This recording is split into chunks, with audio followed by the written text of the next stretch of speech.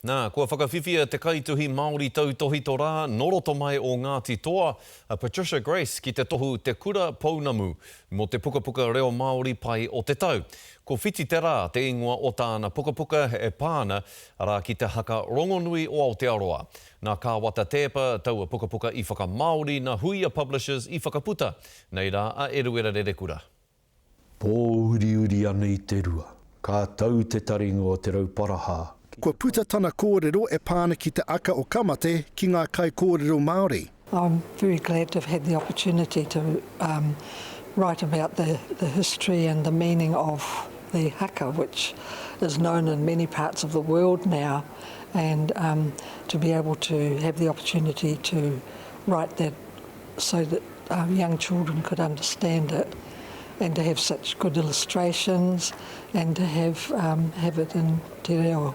No tēnei uri, no te waka o mā tātua, te onore nui ki te waka Māori I te pukapuka nei. Mōku nei, iau e whakamaori ana I taua pukapuka I wana kōrero. Ki oku whakaaro, kua tau kē te wairua Māori ki wana kōrero, ko tāku nei ho he tāpiri nā kupu Māori ki ona whakaaro hohone. Nōna te whakaaro, nōna no te kākano, I tipu mai ai te kōrero nei, me te pukapuka.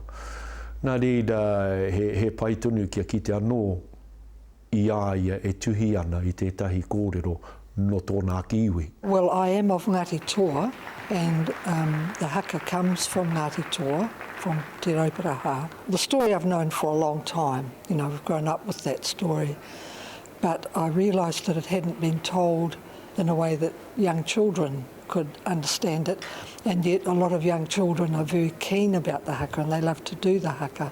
Aakua e pukapuka tēnei mo te o ngā tamariki, e āngaina ngā kōrero ki ngā uri katoa o Ngāti Toa Rangatira. Ko te pukapuka nei I tuhia e Patricia mō ngā tātai heke I Atarauparaha, o tira ngā tātai heke I roto o Ngāti Toa.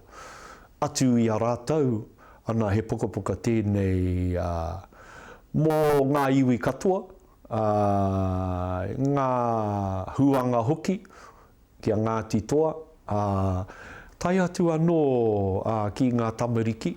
Ei tā ngā kai wakawā, I rata rātau ki ngā wakaua me ngā kōrero wakawe kia waia te pai tāuiti. Eruera Rerekura, Te Karere.